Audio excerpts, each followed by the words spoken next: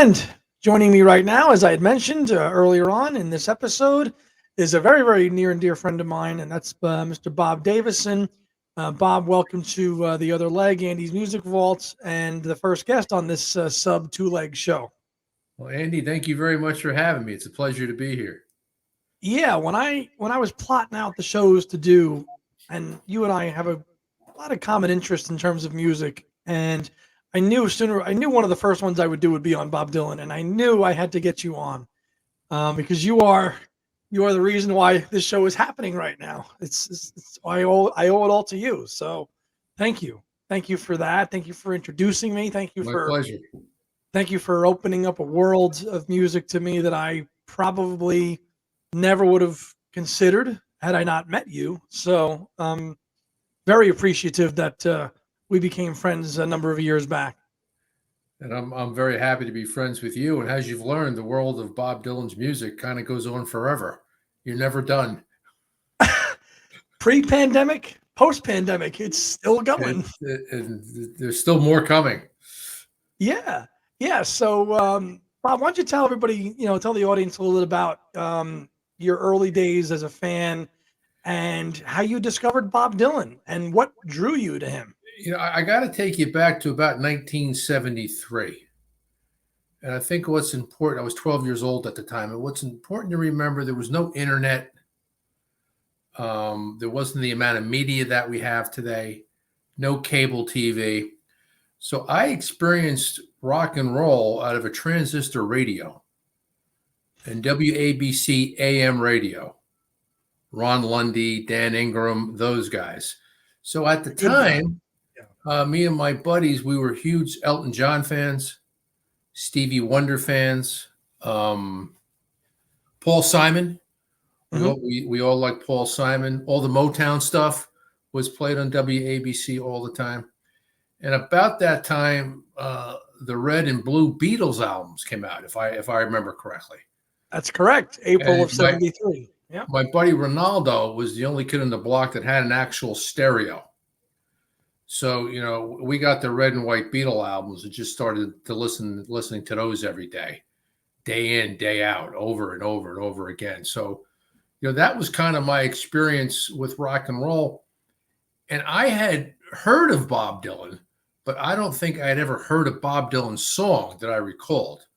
I heard Blown in the Wind by Peter, Paul, and Mary. Mm-hmm. I think I had heard Mr. Tambourine Man by the Byrds, but I don't remember listening to Bob Dylan per se. And in fact, in our music class in 7th grade, the music instructor was teaching music, and he actually taught about Blown in the Wind, The Times They Are Changing, and the Dylan version of Mr. Tambourine Man, none of which I had heard. I had just heard about it. So for me, he was some mystical figure out there in the ether somewhere, that seemed to have some social capital in society.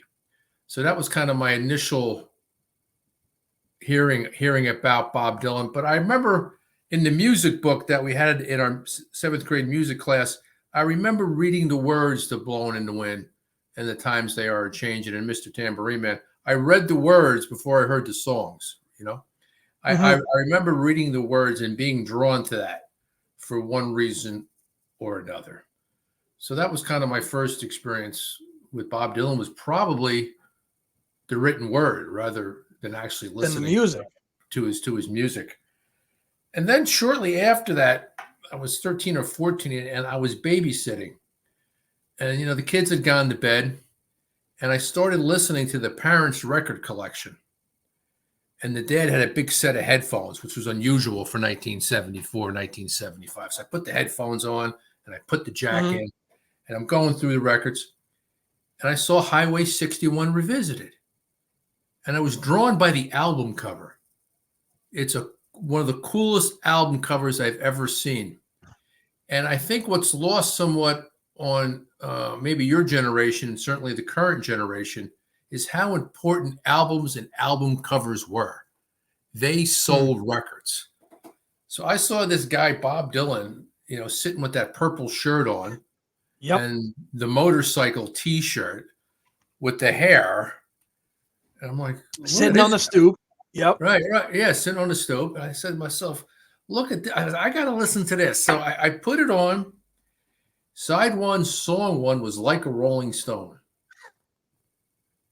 It was like the top of my head blew off when I heard that. And then I listened to the entire album about 3 times. And I think then I listened to Like a Rolling Stone 5 or 6 times in a row. I had never heard anything like that. And I couldn't quite explain what he was singing about and what it was all about, but I knew I wanted to be a part of it. There was something going on there that I wanted to be a part of. And I think what it was in hindsight was it was somebody that was clearly was thinking differently, that thought differently about the world. And I remember having that experience a little bit with the Beatles' Strawberry Fields. Mm-hmm. And a buddy of mine was a big Yes fan at the time, and he was into progressive rock. And I remember listening to that and thinking, man, those guys are thinking about the world differently. Very different. But something about Dylan, maybe because he was an American voice,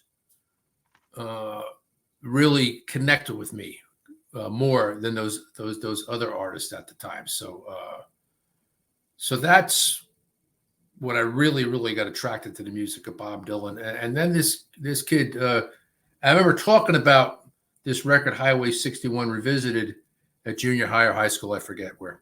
And this kid, Jeff Yeager, was a classmate of mine. And his dad was an exec at Columbia Records. Oh. So he goes, Bob Dylan's putting out a new record. You want a copy?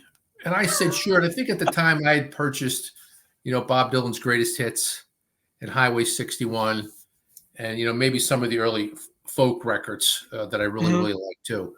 So he brought in a for demonstration only, not for sale, was actually stamped on the record label, Blood on the Tracks.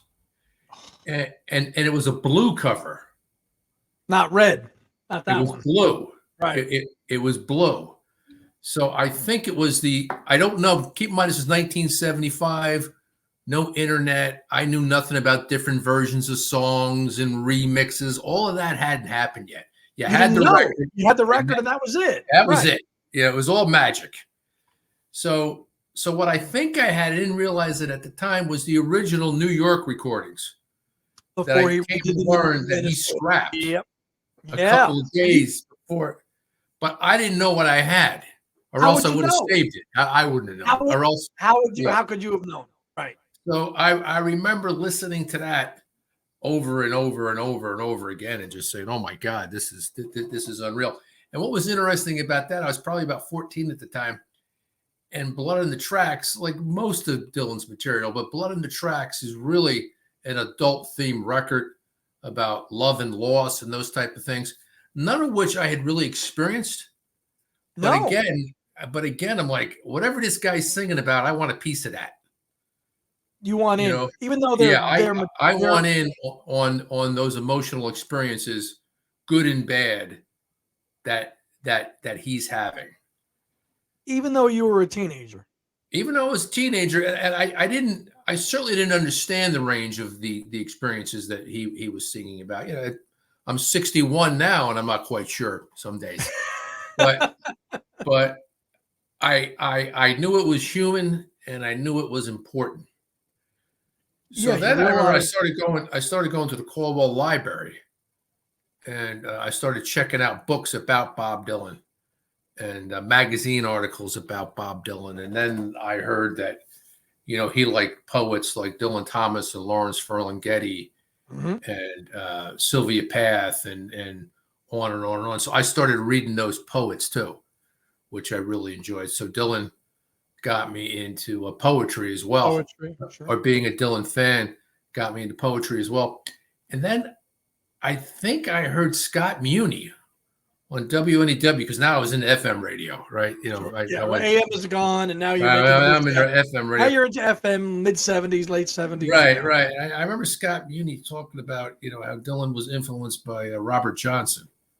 So I'm thinking, who the hell's Robert Johnson? I had no idea who that was. So I went down to a record store in Montclair. I forget the name. It was on Bloomfield Avenue, and I got some Robert Johnson bootlegs. And then I started listening to that. The next thing I know, I'm listening to all the blues stuff that Dylan liked as well. And also around the same time, there was on Bloomfield Avenue in Caldwell, there was a storefront, the Caldwell Studio of Music, and they used to put the new records as well as some old records right out there in the storefront. And I remember actually walking down the street and seeing Blood in the Tracks had finally formally come out. I had an advance copy. Your test pressing is what you had. Yeah. Blood in the Tracks had formally come out. And I remember going, wow, it's red. You had this, and you're like, that's and not the one I had. Yeah. And actually, I think my memory is that's a better album cover. It was more, it really jumped out of the storefront. So I went in and purchased that. And in another podcast, I'll tell you, that's also how I brought Abbey Road, because they would put some of at the time the older records up. I remember looking at Abbey Road going, I don't know what that is, but I want to be part of it. Those four guys crossing the street. Older records, meaning it's 5 or 6 years old, which is ancient. In those days, it's ancient, right? Right. So then I just started, buying everything that he put out to that date. Desire came out shortly after that. Hard Rain came out, and then I had everything that he ever put out up until that point. The Hard Rain special, I think, was on Channel 2 in 1976 or something like that. And I really enjoyed that. I mean, I still remember how taken I was with the version of Shelter from the Storm from that album, from that special. So then, from then on, I was just a major Dylan fan. You mentioned that you took you went to the Caldwell Library and you took books out. And one of the things I showed some of my Dylan book collection earlier, and one of the ones that I read last year was the Tony Scaduto book. Was that one of your first early reads? I believe so. We're going back a while, Andy, but I believe there wasn't a lot of Dylan books at the time. There was 3 or 4. Right. So not like now, where there's it's not like thousands. Now it goes on forever. Right. Yeah. But it's interesting, and it's an interesting book to even look now. Even though I read it, and it hasn't been done since then. But to look at it, it's nice to look at books that were published back then, because the writer's frame of mind is different. He's analyzing the artist in different. Dylan obviously even by 73 was obviously an iconic figure, right. But it grew. It's grown in the 40 plus years since 1973 when the book was published. So it's interesting to look at books that were written at the peak of an artist, and Tony Scaduto's book is one of those, because it goes up till about 73 when he was doing the soundtrack to Pat Garrett. You happen to have that there? You know what the cover looks like? I do. Give me one second. I'll grab it. Hold on. Right. Here's the cover. Yeah, that's it. Yeah. Paperback. Yep. Dollar store, but just a good early biography on Dylan, and there's so many now. So many. And I think as a result of reading that biography, I found out how into Woody Guthrie he was. So then I started buying Woody Guthrie records that were very hard to get in the 1970s in Caldwell, New Jersey. I would imagine so. Did you have to? I mean, you have to specially order them? I mean, how did you track those down? I believe the gentleman who owned the Caldwell Studio of Music sent me. I think my mother drove me to some place in New Providence that had some of the old Dust Bowl recordings, I think they were called, and so I got that there, and I'm still a Woody Guthrie fan. Yeah. So, it's funny you talked about discovering his music and his songwriting style being mature, even though you were a teenager, you were drawn to it. And one of the things I talked about to open up this show was basically, depending on where you are in your life, those themes and that style of music may not grab you until you're a certain age. Now, this music was you heard it as a teenager and was like, I want to be part of that, to borrow your words. You wanted in somewhere.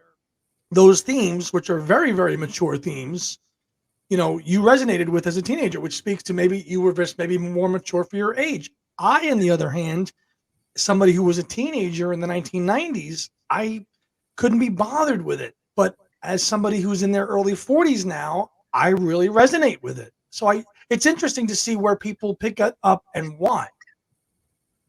I'm fascinated by that.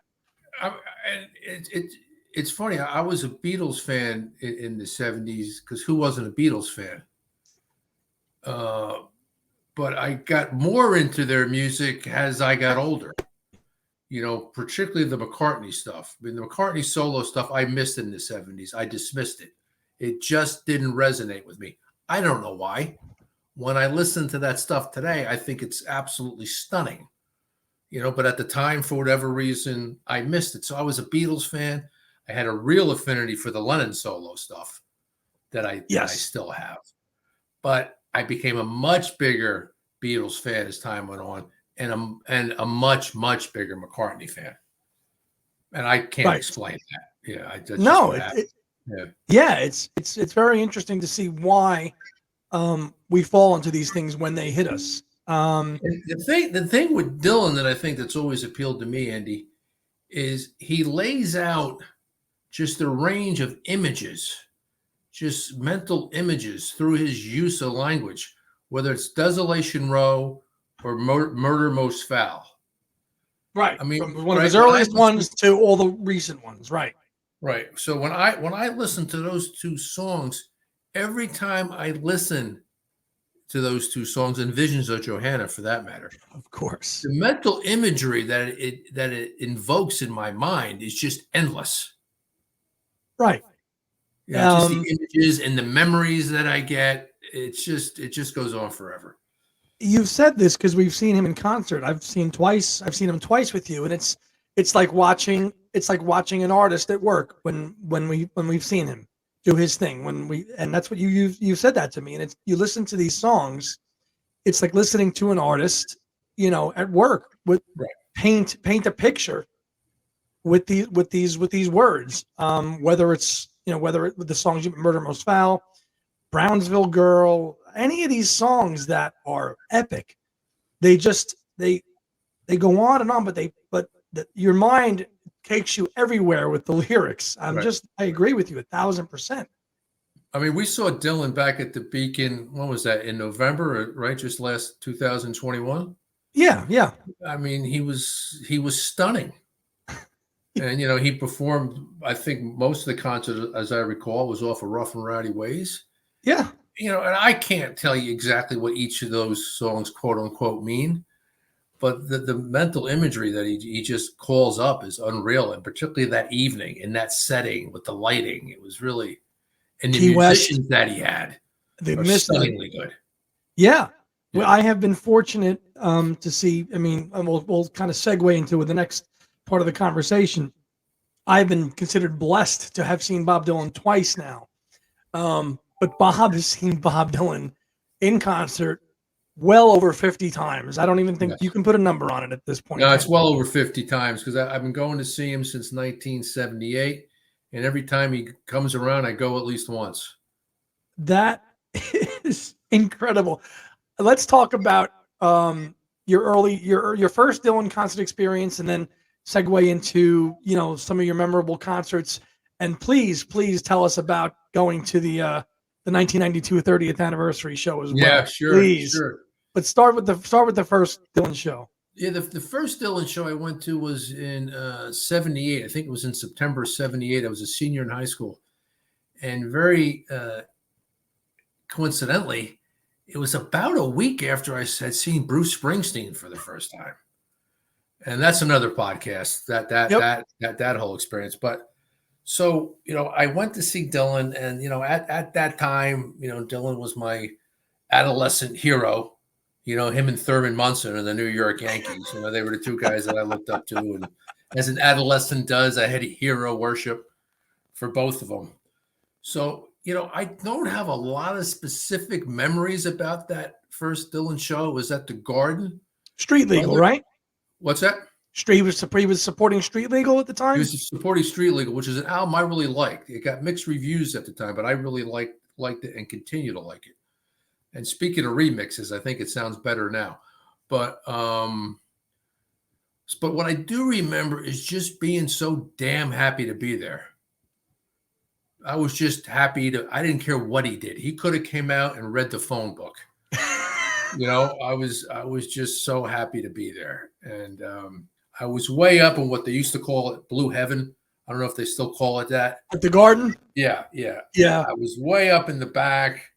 The whole garden was smoking pot. That wasn't my thing, but I think I got a contact high just from being there, because I remember the top of my head like buzzing, and I just was just thrilled to be there, and that's what I remember most about it. Yeah, I mean, of course, because it's the energy, the memories, the excitement of seeing somebody by that time you had idolized for a couple of years. It was like going to see the Messiah. I'm sure you had, by the 78, you were well into him for a couple of years, and it was like, I'm getting my chance to see him for the first time. Right. I mean, a real living human being. Yeah. I think he had background singers, if I remember correctly. And I remember being a little thrown by that. Yeah. Well, he heavily used them, obviously, as you know, on Street Legal, and the next couple of albums, he used a lot of backing vocals and stuff. And I talked about it earlier in the show. The live album that came, I think, out of that tour afterwards was the Budokan album, which was I struggle with that one still because of the I think it's a little too heavy with the backing singers. What do you feel about him and using the female backing vocals so prominently then? I remember when Budokan came out, and I got it. It may be my least favorite Dylan record. Okay, so I'm not crazy for saying I'm not. No, it didn't. There's a sense that he was kind of mailing it in. During a long career, that's going to happen. Ups and downs, right? Ups and downs, particularly if you're a genius. Yeah, and it just seems like a little bit of a mailing in. So maybe when you caught him that first time, that was the start of that, maybe a little bit. But you wouldn't have known that because you didn't care. You didn't care. You didn't care. You were there, and you were seeing him up there. Yeah, you were seeing him there, and you really caught on with Bob at a point in his career, which was very transitional, because obviously after Street Legal, he jumps into what we call the Christianity trilogy, the gospel records. The gospel records with Slow Train Coming, Saved, and Shot of Love. So, which is a period that obviously he gets vilified for, but I mentioned it earlier. There, especially Slow Train Coming, which is a favorite record of mine. There is some great music individually on all three of those records. Absolutely. I mean, Saved lost me a little bit, but Slow Train Coming and Shot of Love, I love those two records. Absolutely. And what was the track on that was left off Shot of Love, but then they put it on CD? Was that The Groom Still Waiting at the Altar? Still Waiting at the Altar. So it didn't make it onto the LP, but on CD they threw it on. My memory is it was not on the original LP. And I remember reading in one of the trade publications that he had left the best song off the album. Which, as we know, he does quite often. Now, I would submit Every Grain of Sand was probably the best song. On that particular record. But Groove Still Waiting. I don't. The decision to leave. That's almost as bad as leaving Strawberry Fields off of Sgt. Pepper, but or Blind Willie McTell off Infidels. That's true too. Yeah. So you obviously you start to see Bob Dylan in 1978. I'm assuming that every time Bob came into the area, you took a chance to see him probably more than once on one occasion, especially in those early days. In '86, when he was touring with Tom Petty and the Heartbreakers, I saw him 3 times in 1 week. And you gave me such a great recording a year ago of a nice broadcast of that tour, and you saw that show 3 times. 3 times in 1 week. And remember, that's pre Wilburys, folks. That's pre Traveling Yeah. Wilburys as well. Yeah. I mean, Dylan was on, Tom Petty and the Heartbreakers. You could just tell they were thrilled to be there. Yeah, now see that period of Bob's in the '80s there is, I would say from say Saved to basically, I don't know, maybe Oh Mercy is kind of a considered his lost period, like McCartney's '80s period is Mhm. lost. And these are conversations that, excuse me, you and I have had. What do you and McCartney's '80s period is in the middle of being reevaluated 40 years on now. Where do you think Bob's kind of '80s output is considered now? I mean, he was mailing. Do you think he was mailing in too much? Too much, I think, and Infidels, I think, is a great record. I really like Empire Burlesque. I like Someone Knocked Out Loaded. And that bootleg that just came out with, what was that called? Springtime in New York. Yeah, volume 16. Yeah, I mean, you listen to that, and boy, if that's mailing it in, that's a pretty high level of not paying attention. Right. Right, because with hindsight and perspective, 40 years, we can say that's pretty damn good. But I mean, he at did the Dark time, Eyes, right? Brownsville Girl, Awesome. Sweetheart Like You, Sweetheart Like You. These Man are of Peace. Man of Peace. These are high quality songs. Yeah, yeah. High quality songs. Tight Connection to My Heart. Yeah. But then he kind of comes out of that period and kind of comes back with the first comeback record, which is really considered Oh Mercy, which is the first album produced by Daniel Lanois. Yeah, I love that record. I love that whole sound. Right. Yeah, kind of other than sound, kind of similar to Blonde on Blonde, that we're in another universe, some other place sound to it. Which, moving ahead in the timeline a little bit, 2 years later, go back to a concert memory real quick. Please. So in 1981, I think it was in October 1981, I saw him at the old Brendan Byrne Arena. And again, before the internet, before all the media. So all I knew is he booked Brendan Byrne Arena, and he had been doing the gospel shows. Right. And actually, he played a couple of gospel shows in New York City. I did not go to those. I regret that. I should have, but I didn't. So I remember saying to myself, me and my friend Lenny De Palma, who's still a big Dylan fan, you know what? He's playing Brendan Byrne Arena. Let's go see him. We don't mind the gospel stuff. Maybe he'll do some of the rock stuff. So we go, and it's sold out. Place is mobbed. And he comes out. He does the first two gospel songs. Very good. He's got the background singers. I think Al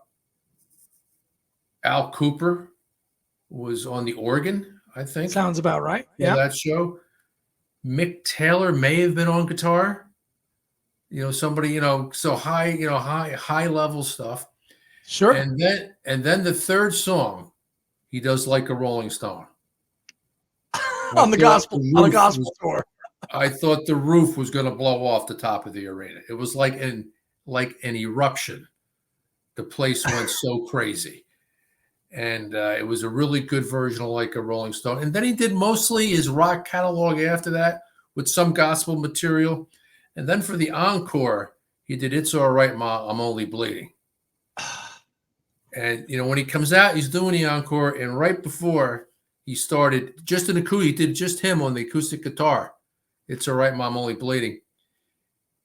I see him looking into the first couple of rows. And he goes, hey, I see the editors of Rolling Stone are here this evening to check me out.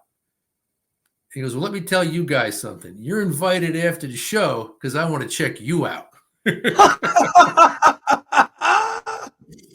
And wow. I remember thinking this guy's a badass. Because he doesn't give a crap. He just called out all the editors of Rolling Stone. He just called you all out because that's Bob. Yeah, go backstage later and kiss my ass, Yeah, exactly. So you bring up a point which I'd like to ask you to get your take on this as well, because having seen him in concert so many times, a lot of people are not fans of Bob in concert because the arrangements of his songs are so different. As a veteran Dylan concert goer, does that bother you? At first it did because I didn't get it, right? And I often don't get other people's genius at first. That's why they're geniuses. I've come to really appreciate it and really love it because his work is a living, breathing entity. So every time I see him, he's constantly reinterpreting it. He's bringing it to different places. He's evoking different images, different feelings, and you don't get the same Like a Rolling Stone twice. If you get Like a Rolling Stone at all. At all.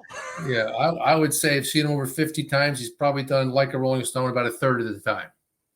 Right. And that's folks, that's somebody who's seen Bob Dylan over 50 times. Right. And you've only seen it a handful of times. Yeah.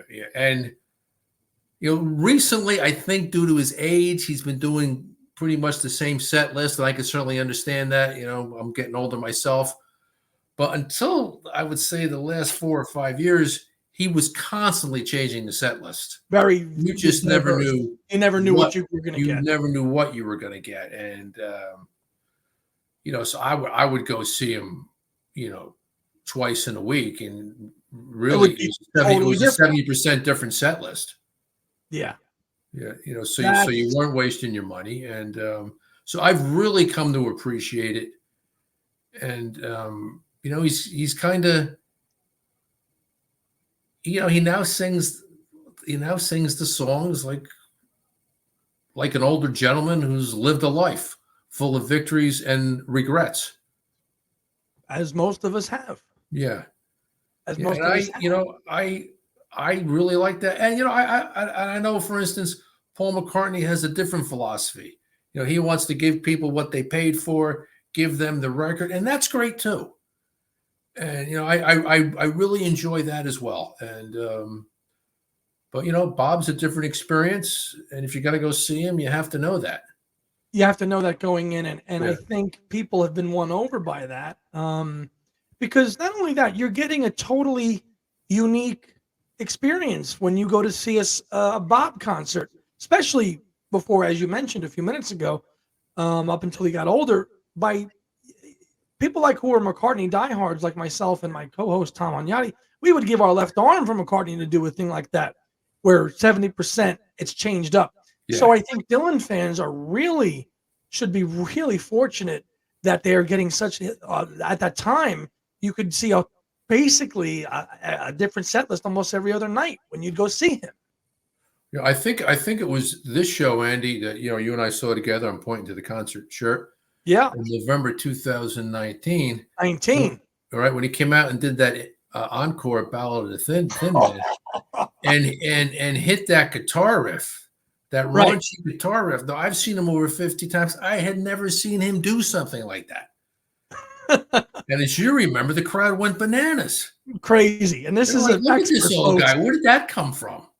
And as you well know, and as I've learned, he doesn't play the guitar that in concert often. He just kind of stands behind and plays the keyboards. But he got the guitar about 2002, 2003. He went primarily behind the keyboards. Right, but it's still so when he gets the guitar, it's like it's fun. Yeah, it's absolutely incredible. Tell us, Bob, quickly before we segue into your top favorites, albums and songs. Tell me a little bit about the '92 30th anniversary show, because that was like the star-studded event of all star-studded events, and you were there. Yeah, I was, and I feel very fortunate to be there. It was just one tremendous act after the next. There really wasn't a dud in the whole show, which is unusual for those type of shows. I mean, I had been at Live Aid and a few other of those type of shows, and they were always choppy, not particularly well produced, a lot of confusion. This one was really crisp and done really well. I mean, one act came out after the other. And it just, Johnny Cash and Neil Young and Tom Petty and Roger McGuinn and Stevie Wonder, Eric Clapton, on and on and on. The highlight, the Clancy Brothers. Which goes all the way back. Yeah, the band, the Clancy Brothers. Tracy Chapman. Eddie Vedder, who at the time wasn't that well known, did Masters of War. He did Masters of War. Who's this guy? Right. Because it was a killer version. But the highlight of the night, for me, without question, I'm getting goosebumps just thinking about it. Nothing else was even close is when George Harrison came out. Oh, I knew you were going to say that. It was just, Yeah. I mean, he came out, he looked great. He was in great form. He had a great voice. Son of a bitch, his guitar sounded like he was a Beatle. You know that You sound saw that he Beetle. gets? You Yeah, know the that twangy. sound that he gets that I don't know where it comes from? It's kind of almost like a Birds-esque type sound that he gets Yeah, going on yeah, there a little yeah. bit, but you And he was just again, I don't know if I was just so pleased that I was seeing him. You but know, I see should probably this watch the tape, but watch it, but I tell you what, it's goosebumps. You mentioned it, and what a classy move by Bob, right? When you watch that song, when you watch them all singing back pages and they all take a verse, he let right? George go last.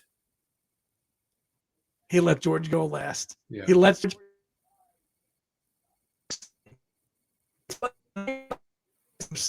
of the song, and then he defers to the Beatle right. to close out the number. Goosebumps just even thinking about it now. And you were I don't there. know I don't know if you ever heard this story told by George Harrison, but they were recording the second Wilburys album, and they were in some big mansion that had an interior balcony over a courtyard Mm-hmm. that was enclosed, you know, for privacy and stuff. And they had a lot of instruments down there. So George says he's up early, you know, one morning for them. You know, he's up and he's walking around the balcony and he just sees Dylan, you know, tooling around, writing on the piano. So he goes, you know, I stand and I'm watching him and I'm watching him. All of a sudden, I see Dylan looking around because I guess he sensed someone was looking at him. So he goes, you know, Bob looked up and goes, George, what are you doing? He goes, I just wanted to watch the master at work. So Dylan said, you don't have to watch me. You were a Beatle. Wow. Never heard that one. I don't Yeah, have now you were a that's pretty Beatle. cool. That's pretty cool. What are you Wow. watching me for? You were a Beatle. See, with So the they had a lot of admiration. mutual admiration for each other. Oh, without question. That Yeah. mutual admiration is evident in everything that they did. So it's amazing to see. That's a great And then story, Bob. Bob came out and did song to Woody, which was Yep. song for Woody, which was tremendous. Girl from the North Country, tremendous. And then it surprised me. He did "It's All Right, Ma." I'm only bleeding, which was really, Yeah. really phenomenal. But I'd have to, as good as Bob was, as good as Neil Young was, probably the highlight of the night was George Harrison. Wow. And then I believe he also did Absolutely Sweet Marie too, right? Yes, crushed it. Yeah. Absolutely crushed it. And Harrison looked so happy to be there. And you Yeah, know, because go ahead, I'm sorry. as we know, George's appearances in a live setting were very scarce throughout his post Beatle career. He didn't tour that often. So when he made Was it that on his stage, last live appearance? he did a show a few months later in London, but the Oh, same okay. year of the same Okay. year. Okay. He did a show supporting the Labour Party in England a few Okay. months later. All But right. that same George toured heavily in '92. He did a tour of Japan with Eric Clapton's Yeah, band in I remember that. '92. So, and then he obviously appeared for Bob the same year, and then so that was his last year of touring. So that was the last time anybody had a chance to see him on that, especially in this area, in the New York area, to see him live was that year. Yeah. So And you this saw it. reminds me of another great Dylan concert experience that I had. I think it was in 2000. When did George pass away? 2001 All right, so November. I think it was in 2002. About a year later, I think in November 2002, if I remember correctly, and Dylan was at the Madison Square Garden, and he said, you know, they're doing a concert for George, or they're about to do a concert for George, but I can't be there, or I couldn't be there because I'm on the road. And George was such a good buddy of mine. And then Dylan did something. It was, I don't know if you ever heard it. You You probably shared did. it. No, you shared it with me, and it's Yeah. incredible. Okay. I mean, really talk about the hair on the back of my neck growing up. I mean, he really delivered that. It was so heartfelt. Yeah, and if there was one person missing from that concert for George, it was Bob for sure. Right.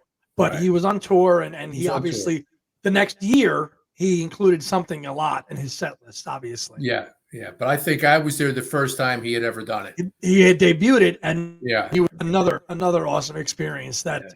the legend that you are, Bob Davison, is just. I mean, every new story that you tell that you've told me, you shared, whether it's with our mutual friends or just to me directly. I am absolutely amazed. I mean, you are the Dylan savant of all savants. You really are. Well, actually, as you probably know, I mean, there's people that bring being a Dylan fan just to a whole different level.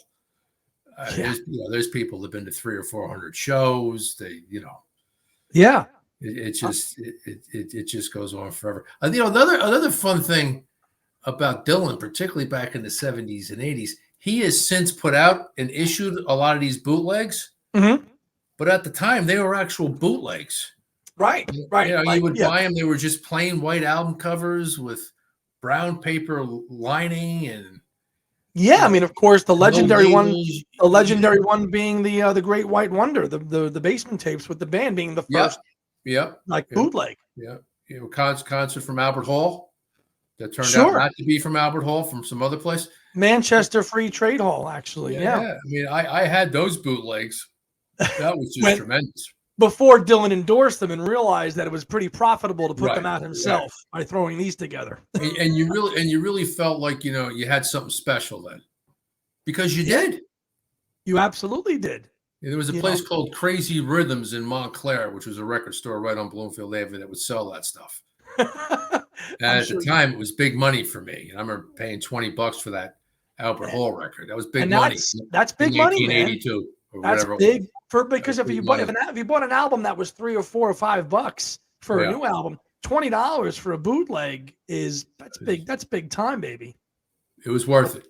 It absolutely was worth it. All right, so just kind of going to close it out here with kind of what we do on two legs. We're going to do here is when we have our guests on, we're going to do a top 10 list of both song if you have it of or even off the I'm sure you could do it off the top of your head of top 10 and Dylan albums and top 10 Dylan songs in any order. Doesn't have to be 10 to 1 through 10 in any order.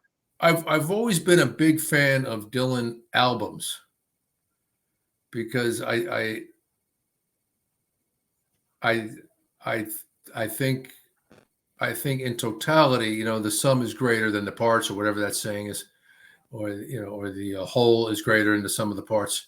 So I've always been a Dylan album fan, and I like listening Right. to his albums. I of course listen to the songs, but I really enjoy listening to the album. So Blonde on Blonde is my favorite Bob Dylan record because I think lyrically it's just fantastic. I think the production quality of it is just amazing. It sounds like it was recorded at 3 a.m.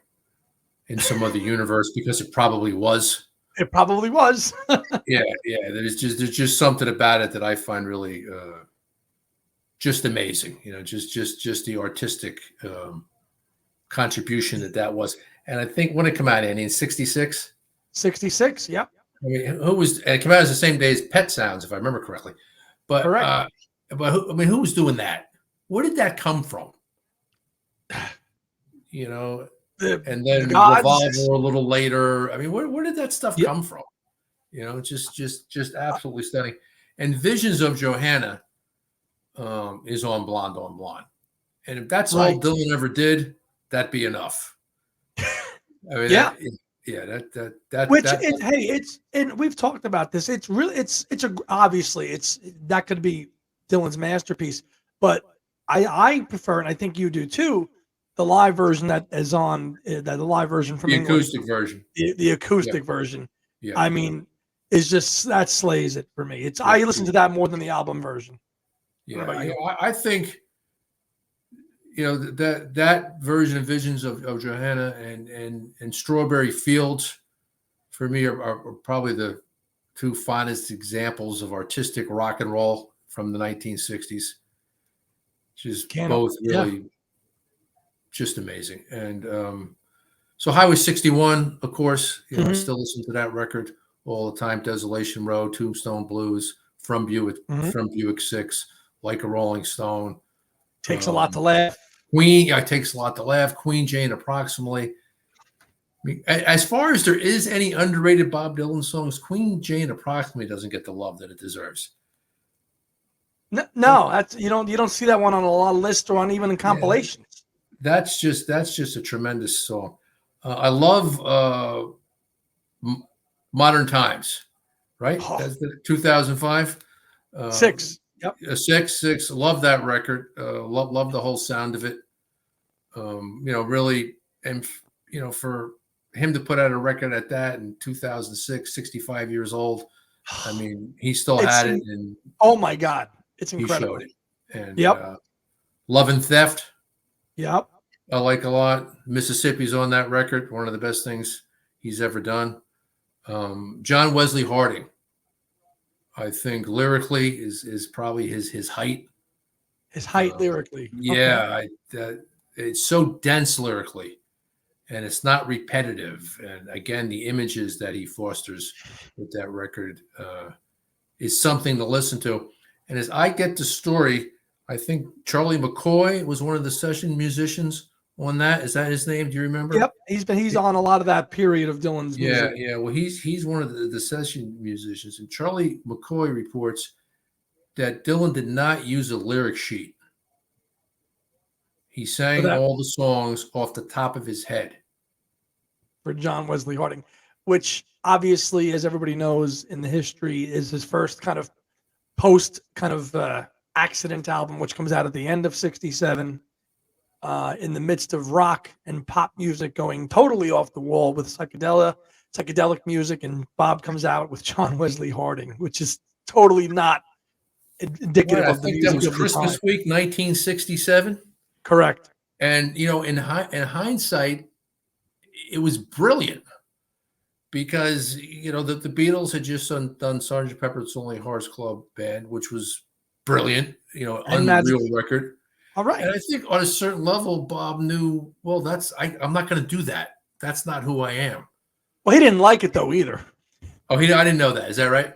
Well, from what I've read, he was not a Okay. big fan of the Sgt. Pepper material at all. And what I've read over the last 2 years, I bet you he is now. probably now, but Yeah. back then it was like, I'm not doing that. That's Yeah, later. yeah. Well, it may have been a little the they had a friendly competition, I think, and Sure. yeah. Which is, I think they made each other better artists, Of the Beatles course. and Bob Dylan. So, I think for him to do that was just really cool. So I like that. I think it holds up well as a great record. I love Time Out of Mind from '97, I think. Yep. And I just remember being so thrilled when I heard that, because I'm like, oh my God, guy's still a genius. 50s, probably at that time, 55, 56 years old, and Yeah. Cold Iron Bounds. Cold Iron Bounds. I mean, Not Dark Yet. Not Dark Yet, To Make You Feel My Love, Standing in the Doorway. Yeah. I saw that tour at the Newark Pack, or whatever they call it, the fancy theater down in Newark, and that theater had just opened, and I saw that tour, and I was second row, and he opened with Absolutely Sweet Marie. Wow. Yeah, which just blew us away. Incredible. Yeah, I was down there with a friend of mine, Bob, and we were sitting there going, "Holy Christ, we're in the presence of greatness!" It was one that may have been the best I ever saw him. Time out of second row. Yeah. He had and Larry Campbell was on guitar. Yep. He was, I just saw him about a month ago as a solo act. One of the greatest guitarists ever. So I love that record. I love that tour. Bringing it all back home, of course. Mm-hmm. I mean, Mr. Tambourine Man and It's All Right, Mom, Only Bleeding are on the same record. Yes, for the love of God. On the same record. On the same record. We're not even talking about Subterranean Homesick Blues and the other wonderful songs that are on there. Love Mine is Zero, No Limit. Not even that. Which is God. Right. Love Mine is Zero, No Limit. What a song that is. Right. All on the same record. What am I up to, like 7 or something like that? You've got 3 more. All right. Well, Blood on the Tracks. Of course. I talked about that. Rough and Rowdy Ways. And that may move up the list. 5 years from now, that may crack the top 5, because that's what Dylan records do. they really get better with age, don't they? They get better. They get better with age, and I guess I got one more. One more. All right, I guess I'll go with Tempest. Tempest. Okay, from What was that? 2012. 2012, 2011. 2012. Yep. So Yeah, you just have, one great song after the other. yeah, and of course closing it with the great tribute to John Lennon. Yeah, Of course, Roll on John, right? Roll on Yeah, John. yeah. Did you have a chance to see him do that live at all? No, Okay. But he no. does play a lot of songs from that album, have been a part of his set list over the last decade, like early He Roman clearly Kings. likes that record. He likes that. He likes early Roman Kings. We saw him do that in Yeah, 2019. Duquesne Whistle. He's featured. Duquesne Whistle. Yeah, he's featured quite a number of tracks off that album live. What's the other he big likes it. track off that record? I don't have it handy with me at the moment. But it's not. I'm just not thinking of it. But it's funny. You have a pretty. I did too. You've got a decent amount of recent Bob albums, and Bob Dylan over the last 25 years has really obviously continued a renaissance that has every record. I mean, they're all been great. I mean, there's other titles in there, but I mean, every from Rough and Rowdy Ways till Time Out of Mind, these are as good as anything he did in the 60s. I think that's right. And I'm not one like to make a competition, out of being a rock artist, but he's had as good as a post 60 career as anybody. Just in terms of the original material that he's put out. I mean, he's 80 now. He's going to be 81 in a few weeks, right? We weren't even talking about the Sinatra records that he did. No, the covers. About that. Right. I'm Bob Dylan. I think I'll do 3 Sinatra records. I'll do 3 Sinatra records. I'll do an album of standards, triplicate. I mean, yeah. 3 Sinatra. We saw him do one of the Sinatra tunes in concert back in November. It was great. Yeah. He stood up there in front of the microphone. Remember that? Yeah. Crooned it out. And did it. Yeah. And did it. So it's just a remarkable career, and it's a discography of work that, given the proper attention, it takes a lifetime to really appreciate. And you've done that as a Dylan fan. And it's remarkable. We could do another podcast on his first record, Bob Dylan, the freewheeling Bob Dylan, the times they are a-changing, and another side of Bob Dylan. We haven't even talked about those records. No, the first 4. We didn't even talk about the first 4. 5-star Stone Cold classic records. The first 4, absolutely. Yeah. So it's I mean, there's a couple Bob Dylan podcasts out there, and there's a really good one, and they talk about all the albums individually. But it's an amazing amount of work and material to even dive through, let alone the live stuff and the bootleg stuff that's out there. I mean, it's got 15 volumes of bootleg series. That alone could take years to work your way through. Yeah. But I know you have. And those early records, I mean, Restless Farewell, that's like a movie. That's like a screenplay. Yeah, a lot of the Spanish songs Leather. I remember I was like 13 or 14 listening to Boots of Spanish Leather. And, he's heartbroken about, some girl who went to Italy. And at that age, I knew nothing about that. The backstory with Susie and all that. Yeah. But I knew nothing about those emotions. Oh, of course. Right. Yeah, they were like real adult emotions. And again, I remember thinking, I don't know what he's singing about, but I want to do that someday. whatever that is, he's heartbroken about. I want that to happen to me. I want that to happen to me. Yeah. No, it's Masters of War. Masters of War, possibly one of his best things. You can't put out a more angry song than that. 1963, I want to say. He's pretty pissed off. Yeah. I mean, he's correctly so. And correctly so. He's been through a lot and traveled and done so much. It's lived through a lot of stuff, and he talks about it and does it in such a great form as a true artist does. Yeah. He really does. So he didn't lose the art while being angry. No, some people do. Yeah, that's easy to do. but he didn't. He No, he never did has. not. Yeah, He can channel that anger and turn it into Masters of War or right, Simple right. Twist of Fate or Idiot Wind or anything. We didn't even talk about those songs. Simple Twist No. of Fate. That's another screenplay. Yeah. Martin Scorsese should make a movie out of that. He should. We saw him do that as well in Yeah. 2019. So, yeah, so we'll wrap it up here. So, Bob, I want to thank you for coming on today to talk to us for a little while about Bob Dylan. You're obviously your favorite artist and one that you know so well, and you have turned me on to over the last couple of years. And God, I thank every day that I've done that because I have learned so much as a fan of music and a reader of music and a studier of popular music and everything about it. It's you've unleashed it, and I can't thank you enough for that.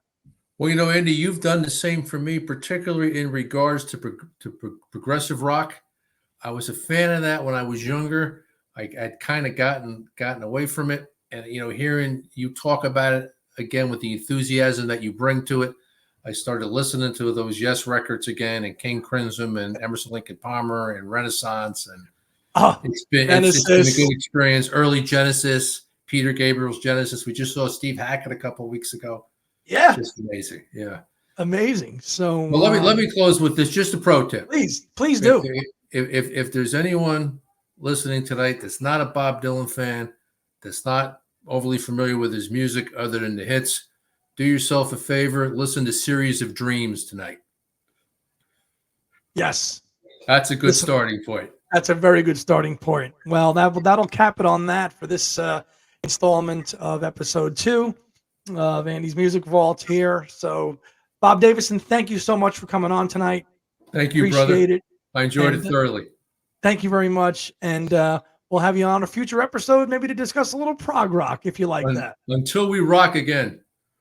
Okay, everybody. We'll see you next time.